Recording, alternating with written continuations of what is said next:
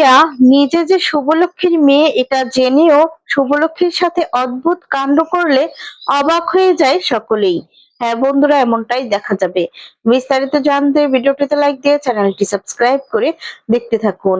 গল্পের শুরুতেই দেখা যাবে মহানা বলছে, বল দাদা বল, যে শুভলক্ষ্মী আর আদ্রিতের মেয়ে কোথায়? আমি জানি তুই তুই চুরি করেছিলি। আর তখন বারবার করে জিজ্ঞেস করে, এরপর বলতে থাকে, আমার না ভালো থাকার কারণ হচ্ছিস তুই, বুঝতে পেরেছিস? আর তখন বলবো, আমি শুভলক্ষ্মীর জন্যই ভালো আছি, শুভলক্ষ্মী আমাকে ভালো রেখেছে, শুভলক্ষ্মী আর আদ্রিতের ক্ষতি করেছিস তুই তুই আর তখন আকাশ অবাক হয়ে যায়। আকাশ বলে, কি বলছিস তুই মোহন? তখন বলে, কি বলছি তুই বুঝতে পারছিস না? না, কথা না ঘুরিয়ে তুই বল, শুভ আর আদ্রিতের মেয়ে কোথায়? বল। এই বলে কলারে চেপে ধরে। এরপর আদ্রিত রেগে কলার চেপে ধরে আর বলে যে, বল আমাদের মেয়ে কোথায়, না হলে তোর।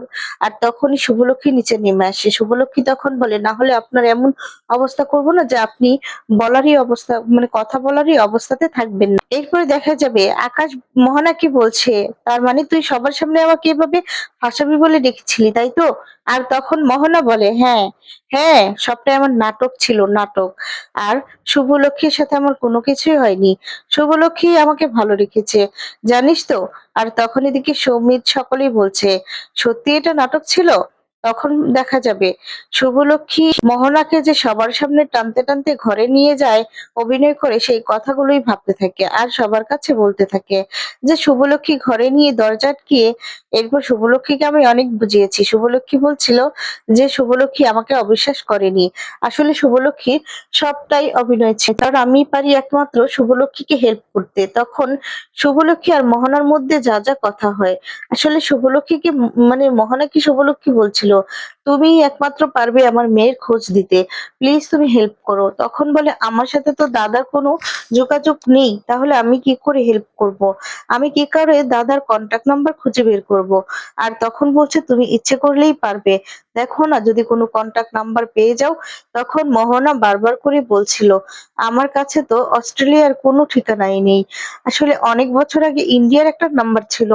তখন শুভলক্ষ্মী বলে, তাহলে তুমি সেই ইন্ডিয়ান নাম্বারটাতে একটু যোগাযোগ করার চেষ্টা করো না, যদি ভাগ্য গুণে লেগে যায় নাম্বারটাতে। আর তখনই সেই নাম্বারটাতে মোহনা ফোন করে, সেই নাম্বারটাতে ফোন করার সাথে সাথেই দেখতে পায় যে কল হচ্ছে।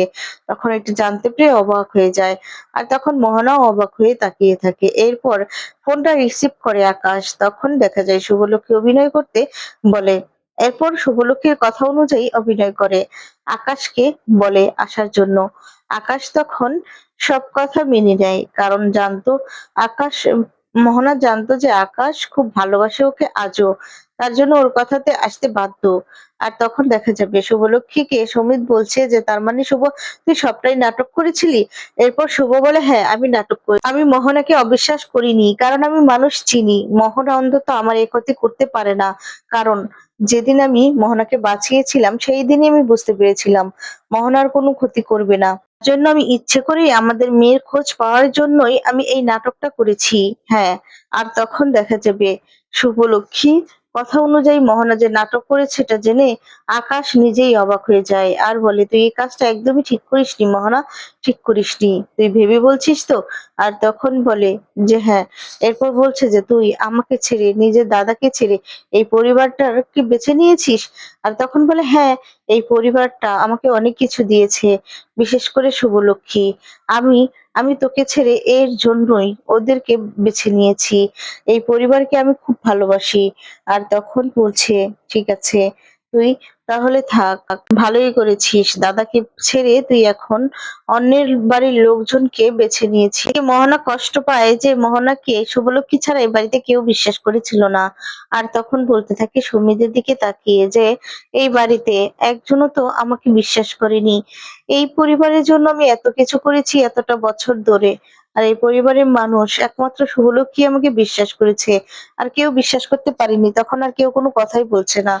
এরপর দেখা যায় মানে তখন বারবার করে বলতে থাকে যে, আমি তোকে আগেও বলেছিলাম আর এখনো বলছি, এই পরিবারের লোকজনের জন্য আমি ভালো আছি, এখন অনেক ভালো আছি। তখন আকাশ মনে মনে বলতে থাকে, না, যে করে হোক এখান থেকে আমাকে কেটে চলে যেতে হবে, যাই হোক না কেন আমি তো আরিয়ার খোঁজ কিছুতেই দেব না, শুভলক্ষ্মী আর আদ্রিতের মেয়ের খোঁজ দেব না, তাই এখান থেকে আমি চলে যাব।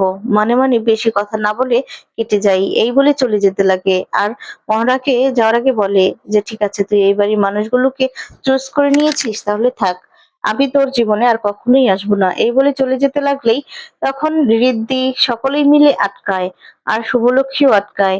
তখন দেখা যাবে মোহনাও আটকায়। মোহনাও তখন বলতে থাকে, যতক্ষণ না তুই আদ্রিত আর শুভর মেয়ের কথা বলবি, ততক্ষণ তোকে এখান থেকে কিছুতেই যেতে দেওয়া হবে না। আর তখন দেখা যাবে শুভলক্ষ্মী বলছে, হ্যাঁ, প্রয়োজনে পুলিশকে ফোন করা হবে, পুলিশকে ফোন করে এমন অবস্থা করব না। আর তখন দেখা যাবে আকাশ বলছে, বারবার করে এক কথা কেন বলছেন বলুন তো আপনারা? আসলে আপনাদের মেয়েকে আমি কেনই বা কিডন্যাপ করব? আর কিডন্যাপ যে করেছি তার কি প্রমাণ আছে বলুন তো? আপনাদের কাছে কি প্রমাণ আছে?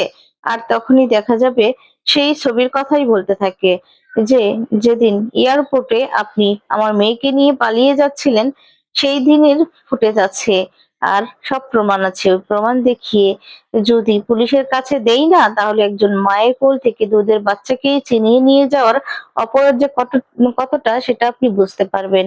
আর তখন বলছে, আচ্ছা, সেই বাচ্চাটা যে আপনাদেরই, সেটার কি প্রমাণ আছে? আর তখনই সেখানে আরিয়া চলে আসে। আরিয়া এসে তখন আকাশকে দেখে অবাক হয়ে যায় আর বলে, ড্যাড, তুমি এখানে তুমি এখানে কি করছো? এই পরিবারে, রায় পরিবারে কি করছো? তখন ড্যাড বলে ডেকেছে আকাশকে, এটা দেখে তো সবাই চমকে যায়, অবাক হয়ে যায়। আর তখন মোহনও অবাক হয়ে যায়, মোহনও ছুটে যায় আরিয়ার কাছে আর বলে, এই লোকটা তোমার ড্যাড?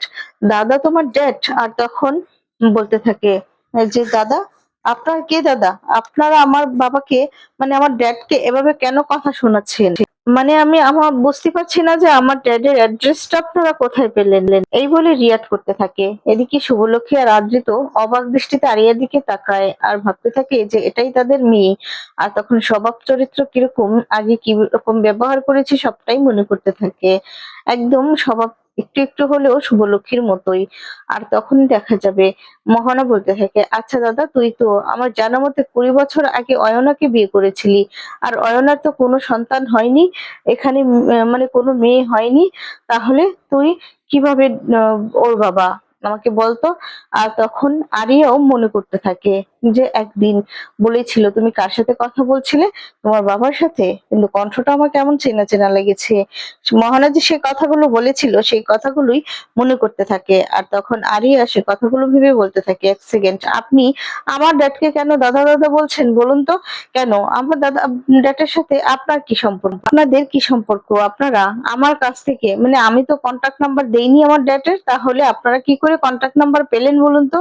কি করে? আর কি সাহস হয় আপনাদের? এত সাহস কোথা থেকে আসে যে বাড়িতে এনে ডেকে আমার ড্যাডকে অপমান করছেন? আর তখনই দেখা যায় শুভলক্ষ্মী সেই কথাগুলোই ভাবতে থাকে যে আরিয়াকে গুন্ডাদের হাত থেকে কিভাবে বাঁচিয়েছে। মশলার গন্ধ শুনকে কি করে বলে দিয়েছিল যে কত রকমের মশলা, আর নষ্ট নাকি ভালো, সেই কথাগুলোই মনে করছে। আর আদিও মনে করছে, যখন গুন্ডাদের সাথে মারপিট করেছিল ঠিক সেম ভাবেই শুভলক্ষ্মী যেভাবে মারপিট করছে, সেভাবেই মারপিট করছিল।